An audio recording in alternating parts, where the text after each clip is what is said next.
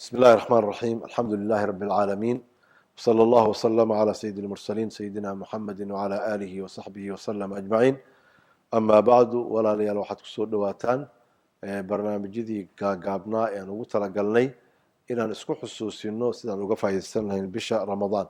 Xalqadan kooban waxay ku saabsan tahay xikmada ka dambaysa waajibinta Ilaahay subxaanahu wa ta'ala uu nagu waajibiyay, inaan soono bisha Ramadaan. ilaahay subxaanahu wa tacaala wax walba uu inagu waajibiyey xikmo weyn baa ka dambaysa, dan bayna inoo tahay. masalan bisha ramadaan in la soomo ayuu ilaahay subxaanahu wa tacaala nagu waajibiyey.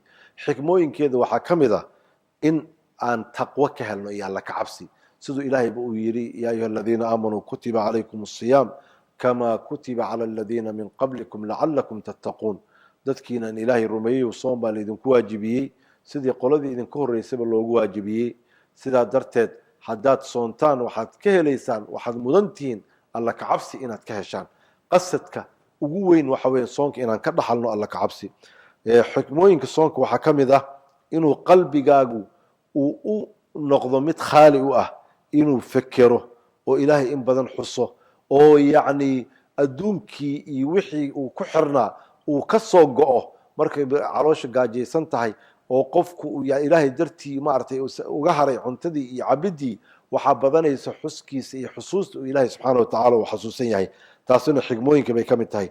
xikmooyinka soonka waxaa ka mid ah walaalayaal, qofkii hodanka ahaa ee maalin walbaba cunno haystay uu cuno, inuu xasuusto inay jiraan dad badan oo cuntaba heli karin, xataa hal wajbo ama hal mar maalintii aan heli karin. marka waxaa qofkaasi gelaysa raxmad weyn in uu u naxariisto dadkaasi oo kale, oo u ogaado gaajadu hadday sidan tahay sidee wey hadday dad maalin walba sidaa ay u gaajaysayiin, marka raxmad uu halkaa timaado.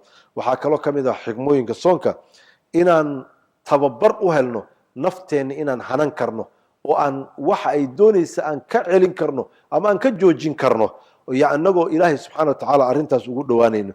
xikmooyinka soonka waxaa ka mid ah masalan in majaari dam tadiiqu bisababi iljuuc.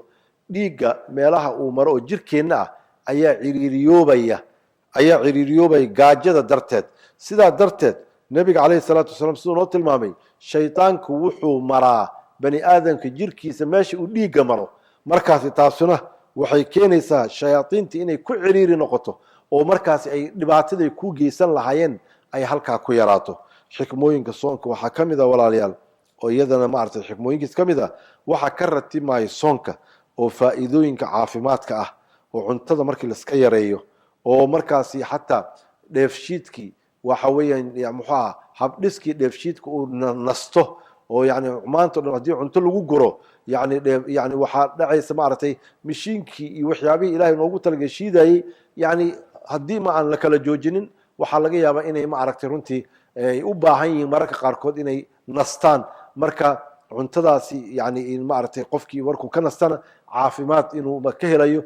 balse maanta dhakhaatiirtii muslimiin iyo gaalaba ay caddaynayaan caafimaadka ku jira soonka. laakiin waxaa loo baahan yahay in ujeedadii loogu talagalay cuntada in laga joogo ay ahaato, wixii maanta o dhan ka soomaneed habeenkii inaadan qallaynin oo aad iska yarayso cuntada si caafimaadkaagina uga fiicnaado. laakiin qasadka iyo ujeedada loo soomayo waxa weeye ilaahay in lagu raaligeliyo, oo ilaahay waajib uu ku saarayna lagu guto, ee ma aha qasadku in lagu caafimaado, iyadoo marka caafimaadkana uu yahay shay dimni ah oo soo hoosgalay arrintaas. hada wabillahi tawfiiq.